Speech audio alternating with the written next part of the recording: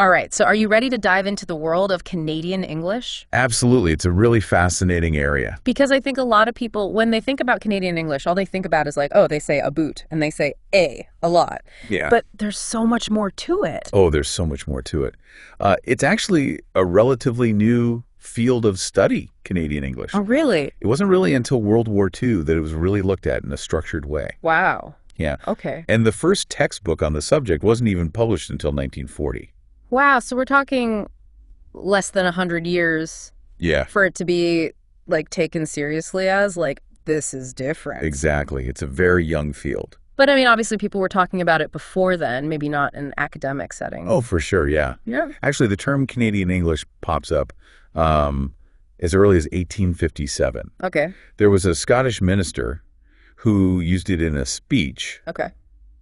but he wasn't exactly singing its praises. He actually called it a corrupt dialect. So Well, I guess if you're a Scottish minister, you probably have strong opinions about language. probably, yeah, very true. But it's interesting that, like, you know, even the way we think about language changes over time. Yeah, So it's like now it's a field of study, but back then it was just like, oh, that's just how they talk. exactly. So if we're going to trace back the roots of Canadian English, what are some of the biggest influences that have shaped how it sounds today? Well, I mean, one of the earliest influences is French, actually, going all the way back to the 17th century. Oh, right. Because of, Canada was originally colonized by the French. Right.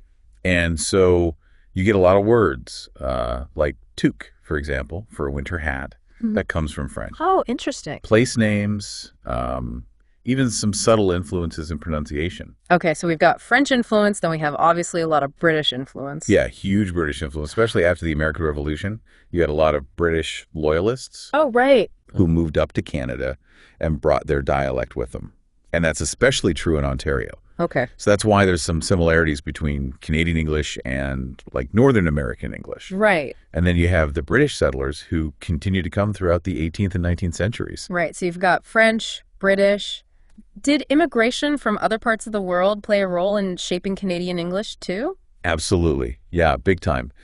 So in the early 20th century, for example, in Western Canada, you had a huge influx of farmers coming from Central and Eastern Europe. Oh, wow. And a lot of them weren't native English speakers. So All right. you can imagine the kind of linguistic blend that was created. Yeah, it's like this constant evolution of how people are talking and interacting. Exactly. And then we also can't forget about the influence of indigenous languages in Canada. Right, of course. I mean, words like moose, toboggan, moccasin, Oh, yeah. those all come from indigenous Yeah, I languages. never even thought of that. Yeah. So that's, wow, okay. It's cool to think about like all of these different puzzle pieces fitting together. Or a tapestry, yeah, Yeah, to create what we know as Canadian English. for sure. So we've talked about all these different influences on Canadian English, but how do you actually spot a Canadian in the wild, I guess linguistically speaking? What are some of those like really telltale signs that someone's Canadian English is coming out? Well, one of the things you might notice is the spelling. Oh, interesting. Yeah. Canadians have this interesting habit of sometimes using British spellings and sometimes American spellings. Oh, really? Yeah. So, they might use color instead of color or Right. center instead of center. Yeah. And then there's that whole tire versus tire thing. Why is that such a debate? It's funny because Canada's car industry has a lot of ties to American companies. Right. So they tend to use tire. But then, there's this historical connection with the UK, so you get those British spellings popping up. So it's almost like we're going to acknowledge both. Exactly. Yeah, it's a real blend. Now, what about pronunciation? Because I feel like that's where it gets really easy to pick up on those subtle differences. Oh, for sure. And one of the big ones is what we call Canadian raising. Okay. Canadian raising. And that's basically how Canadians pronounce words with a or out sounds. Okay. So words like or about. Okay. It's just a slightly different vowel sound than what you would hear in the US or the UK. It's so subtle, but then once you know it, you're like, oh, yeah. Yeah, you can't unhear it. Yeah. And, not all Canadians sound the same either. Right, because Canada's huge and there's a lot of regional variation. Huge country. Yeah. So you've got everything from like the maritime provinces in the East Coast, Yeah. which have this kind of almost sing-song quality to their speech, Okay.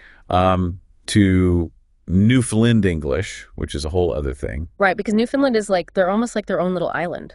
Yeah, they were a separate dominion until 1949, Right. and they have their own, like, unique vocabulary. I've heard of that, yeah, that they almost have their own dictionary of Newfoundland. Yeah. They even have, like, a word for people who are not from Newfoundland.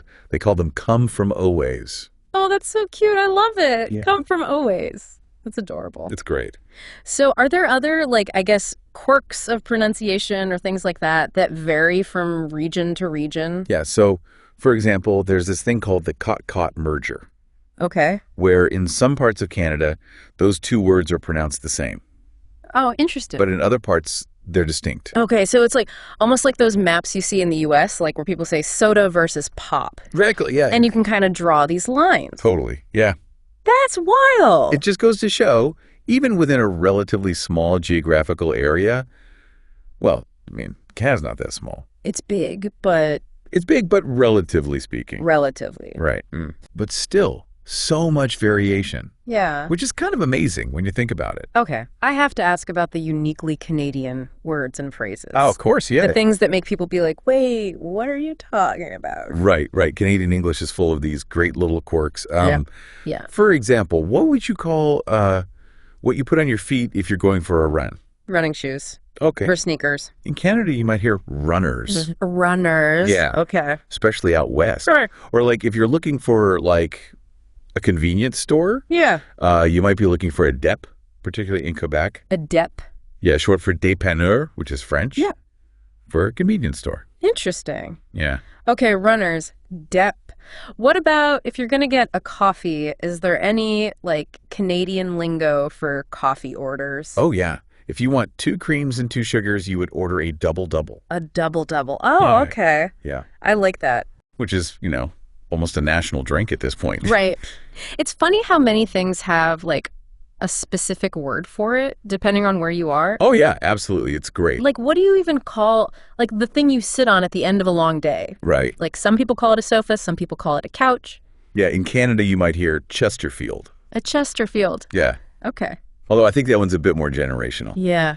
I'm not sure if younger people would say that as much these days. It makes me think of, like, an old-timey, like, like, furniture store. Totally. Yeah, it does have that kind of vibe. And of course, we can't forget about, the classic A. Well, right, we have to do a whole, like, deep dive just on A. Exactly, a whole other episode. But yeah, these little quirks are part of what makes Canadian English so unique Yeah. and so interesting to explore, I think. Well, it's fascinating because you might hear some of these words and think, oh, that's cute or that's interesting, but there's this whole history behind them. Yeah, exactly. And it reflects, the different influences, the different regions, the different cultures. Right. And even just like the everyday lives of Canadians. Yeah. The way that they use language. So, listeners, next time you're talking to someone from Canada, keep an ear out and see if you can pick up on some of these subtle clues. Yeah, have fun with it. Exactly. It's like a little linguistic treasure hunt. Absolutely. Because there's so much more to Canadian English than just, eh. Exactly. All right. Well, thank you so much for this awesome deep dive. I learned so much. Oh, it was my pleasure. Thanks for having me.